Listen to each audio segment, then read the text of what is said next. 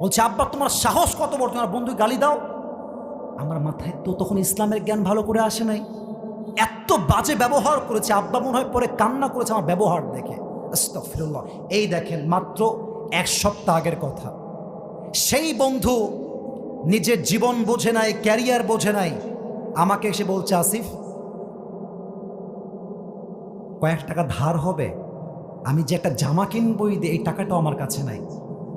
আমাকে বলছে যে গার্ডের চাকরি হয়, গার্ডের চাকরি ওটাও করব, আমাকে দাও না, যা দিবা তাই করতে রাজি আছি।